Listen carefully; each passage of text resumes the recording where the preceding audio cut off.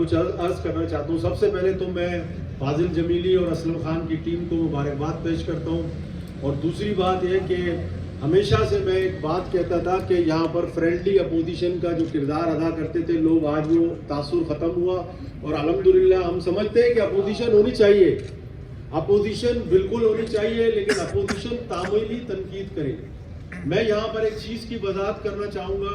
असलम शाह के हवाले से बात की गई, तो असलम शाह साहब को इससे पहले जो उन्होंने ये एक खबर छापी, और उसके उसूल क्या होते हैं।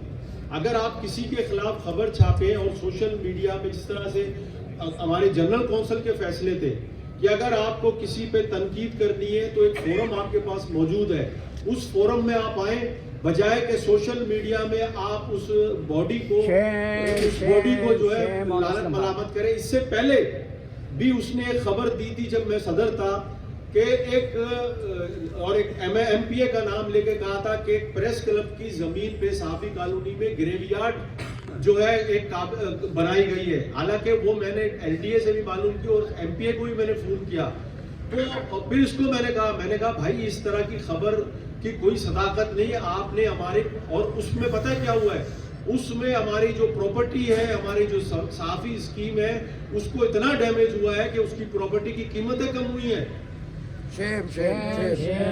और आपको अंदाजा नहीं है कि उस खबर का फॉलोअप क्या हुआ वहां पे। वो जो प्लॉट 60 लाख 70 लाख में जा रहे थे, 50 लाख में जा रहे थे, वो 30-32 में लोग जो है वहां पर फरोख्त करने लग गए।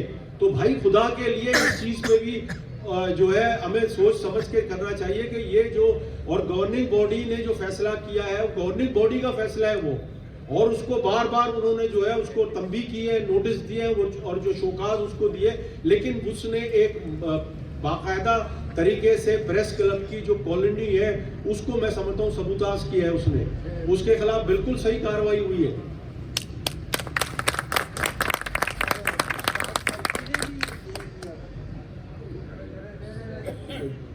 तो मैं तवक्को करूंगा कि अपोजिशन तामीरी तनकीद करे, हम उसके साथ हैं।